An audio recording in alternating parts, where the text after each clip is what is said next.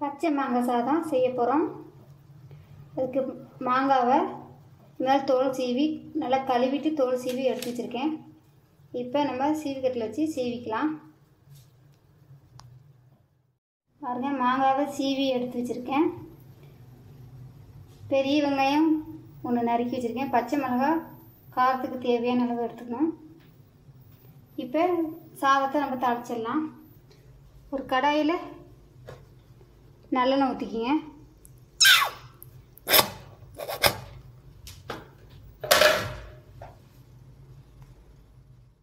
எண்ணெய் காஞ்சோனையும் கடுகு சேர்த்துக்குங்க.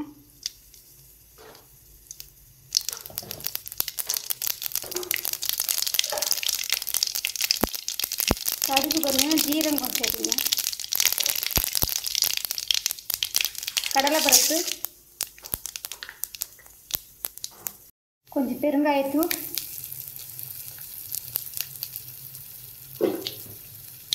வெங்காயம் பச்சை மிளகாய் சேர்த்து நல்லா வதக்கிங்க. மாங்காவை சேர்த்துக்குங்க.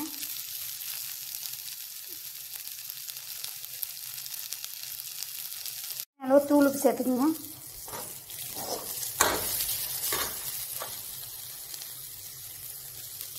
கருவேப்பிலை,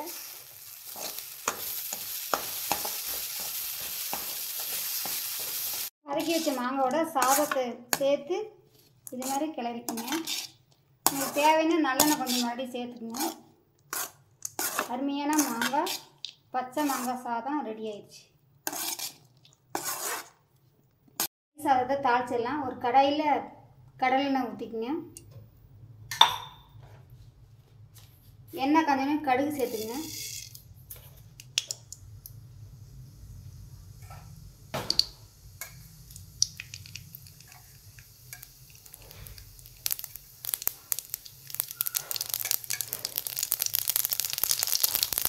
பச்சை மிளகாய் கருவேப்பிலை சேர்த்து தாளிச்சிக்கலாம். சுடு சாதத்தை சேர்த்துக்கலாம்.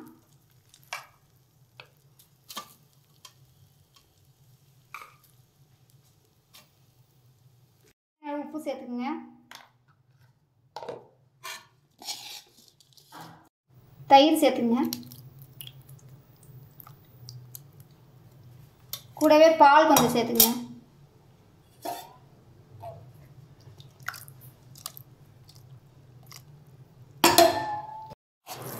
அருமையான தயிர் சாதம் ரெடி ஆயிடுச்சு.